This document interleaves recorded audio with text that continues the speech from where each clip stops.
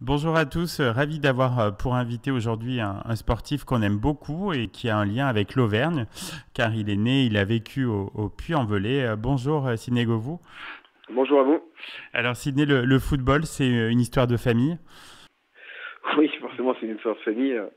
On va dire que je suis pas l'opposé. J'espère que mon fils ira un peu plus loin que moi, mais c'est vrai que j'ai une famille de footballeurs issus du Bénin, immigrés en France, au Puy-en-Velay exactement. Hmm. Et après, voilà, j'ai perpétué ça sur Lyon et pourquoi pas après avec les enfants, les petits-enfants de mes parents. Et je crois que votre papa voulait quand même que vous pensiez d'abord à vos études. Oui, c'est assez étrange. Mon père a été un footballeur international béninois. Il a joué en seconde division, troisième au Puy-en-Velay. Et c'est vrai qu'à la base de la base, le foot pour lui, ça représentait pas forcément grand-chose. Il était comme ma mère, Oui. voilà, c'était fixé sur les études. Et voilà, bon, on va dire qu'ils ont tout fait pour que je fasse des études et j'ai fini au foot. Et je crois qu'à un moment, vous envisagez d'être kiné, c'est ça? Alors c'était très compliqué, kiné, prof de sport ou chercheur. L'aube de mes 18 ans, oui, parce que voilà, il faut s'inscrire à la fac et je devais m'inscrire à la fac à Clermont d'ailleurs. Ah. Et après voilà, j'ai bifurqué à Lyon pour embrayer sur une carrière de footballeur. Et justement, alors comment vous allez intégrer l'Olympique Lyonnais? C'est une concours de circonstances. J'avais pas mal de clubs à mes 17 ans qui voulaient m'engager. Et l'hasard, pas du hasard, c'est que mon oncle vivait à Lyon depuis une dizaine d'années. Et de façon assez sécuritaire. Et c'est logique parce que Lyon était Hmm. aussi un bon club. Oui. Donc j'ai décidé de signer à Lyon. Et alors le 15 janvier 2000, je crois que vous faites vos débuts en première division face à Auxerre. Et je crois que vous entrez en jeu dans les dernières minutes, c'est ça, les 10 dernières minutes, et ça va être un match important pour vous. Ouais, le Auxerre restera un moment de ma vie assez hallucinant. C'est-à-dire que ouais, oui, je rentre, je marque. Voilà, on doit faire match nul si mes souvenirs sont bons. Donc, c'est mes deux premiers buts. Non, non, non, non, pardon, non, en point d'Auxerre, non, j'ai pas marqué ce premier match. C'est mes premiers matchs en professionnel où je rentre, on perd à Auxerre. Et ça restera quand même un bon souvenir parce Oui, que c'est mon premier match en professionnel de façon officielle. c'est en 2001, je crois que face au Bayern de Munich en Ligue des Champions, où là vous marquez 2 buts. Ça va vous apporter une reconnaissance du grand public, non? Oui, surtout le grand public, parce que en interne, je vais pas mentir ni me vanter, mais j'avais déjà des facultés Oui. et ça se voyait via mon entraîneur. Mais c'est vrai que de marquer 2 buts en Ligue des Champions pour mon premier match officiel contre le Bayern Munich, qui sera le futur champion d'Europe, forcément, ça marque les esprits. Hmm. Alors comment vous avez vécu la série de 7 titres en championnat avec l'Olympique Lyonnais? C'est que du bonheur? Surtout aujourd'hui, quand j'en parle ou quand je réfléchis un peu, quand je fais un peu de recul, c'est forcément improbable. Mais oui, c'est Oui. vrai que 7 titres consécutifs, oui, ouais, ça Hmm. ça n'a pas été fait. Consécutif, non, pas encore. Oui, je crois. Non, Peut-être je un crois pas, Parisien hein. va le faire. Je crois qu'il n'y a que Verratti aujourd'hui Hmm. qui peut le faire. Donc oui, forcément, oui, on établit un record, mais au-delà du record, c'est vraiment la synergie, tout ce qui s'est passé pendant ces... j'englobe plutôt 10 années Oui. où vraiment, ouais, gagner 7 titres de suite. Quand tu n'es pas prédestiné à faire des choses comme ça, forcément, tu te dis avec le recul, ouais, mais où est-ce que je suis, qu'est-ce que je fais? Et ouais, même aujourd'hui, j'ai du mal à en parler parce que c'est vraiment inimaginable. Hmm.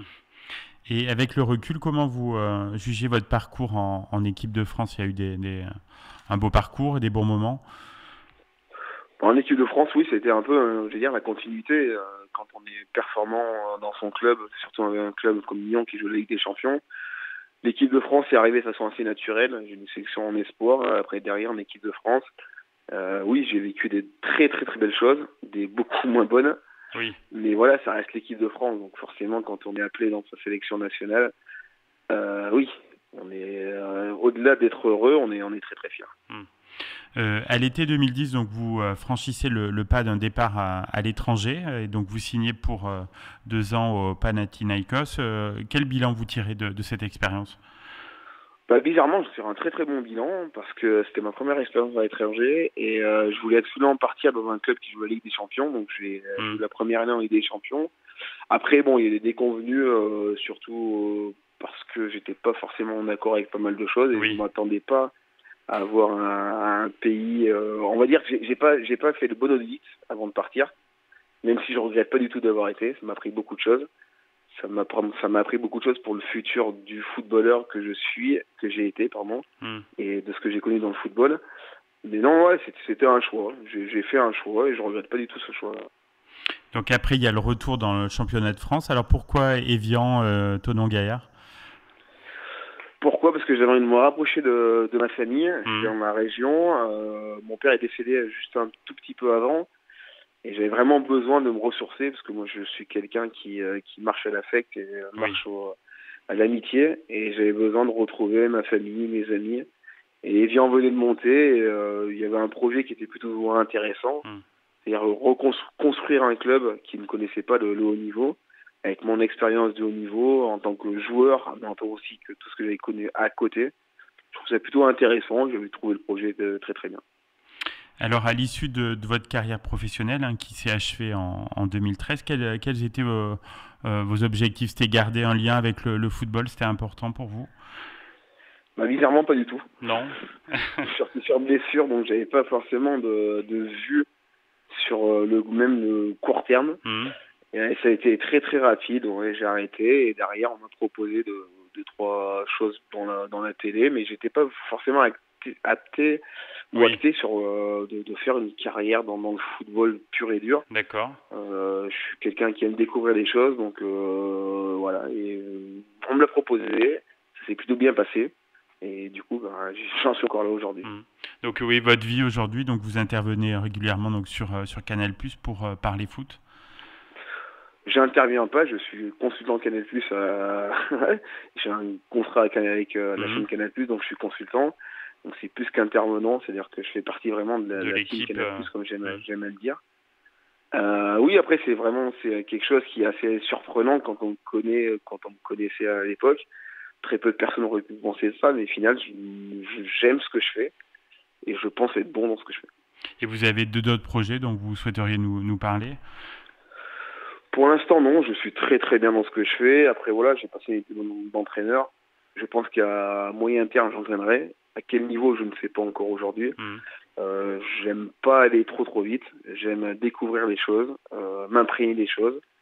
Et voilà, comme je suis quelqu'un de relativement ambitieux dans le bon sens du terme, j'ai envie de performer dans ce que je ferai, que ce soit en mode entraîneur ou aujourd'hui en mode consultant. Mais oui, je sais qu'à moyen terme, j'entraînerai.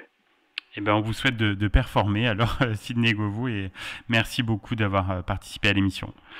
Merci à vous.